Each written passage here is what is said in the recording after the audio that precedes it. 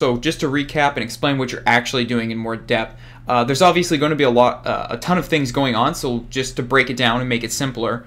This is for the tanks. At the beginning when it's just Tectus, one tank will tank the boss in the middle of the room, and the other tank will be picking up the adds. The adds need to be faced away from the raid.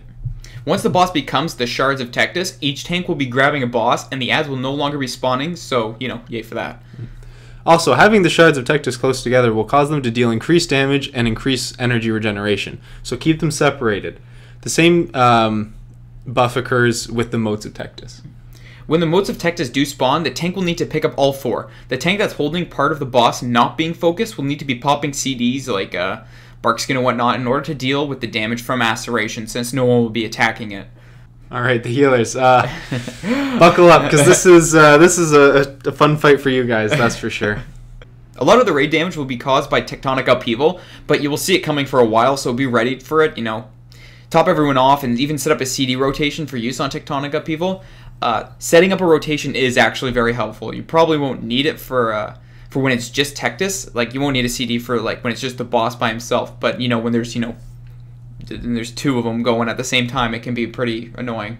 Now, the crystalline barrage deals a ton of damage. People are going to be hit by it though, because it can be hard to notice in the it's really hard to notice. In the battle. So just be on your toes for people who suddenly take large spikes of damage.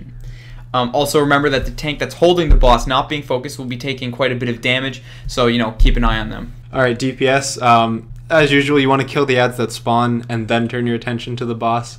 When the boss does split into two, you're going to focus one shard down. Now when the shard becomes 4 motes, you're going to want to burst those 4 motes down really quickly, so that when they die you can just move on to the next shard. You're just going to totally ignore the other shard until those motes are dead. Melee have to pay particular attention to avoid the crystalline barrages and the clouds, because they come straight from the boss. Yeah, they can be a little difficult because they're just suddenly on top of you. It really helps if you're just actually not standing in between the boss and the range group. So you're going to have some sort of eyes on the back of your head, or the ability to somehow turn your camera around to see where everyone is standing. Everyone else, the wheels come off pretty quickly in this one, so raid awareness and keeping your cool while adapting to the situation will stop the wheels from plummeting off. Ranged and heals are stacking in a group that will be moving clockwise whenever an earthen pillar is used. You're going to want to watch out for the crystalline barrage clouds. Standing in it, as mentioned, hurts a lot, and if it targets you, you need to run counterclockwise away from the raid, then go back and stack up. Don't stand in fracture either, it hurts a lot. In the initial phase, someone, so a DPS probably, will need to soak the gifts of the earth void zone before it gets to the boss. Lust when the first shard of Tectus dies and splits into the motes. These need to be really bursted down, because at this point in the fight you'll be fighting 5 bosses essentially. Yeah. And because they'll all be gaining increased damage from being close together. And don't forget that Tectus and the shards of Tectus can only die when they use tectonic upheaval. It helps a bit if you pop a minor CD during tectonic upheaval, like, I don't know.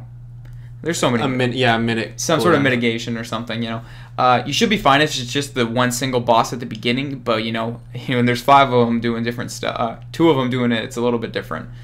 Alright guys, if you don't take anything else away from this video, just make sure that you hit the boss with the people's elbow. Good luck, adventurers.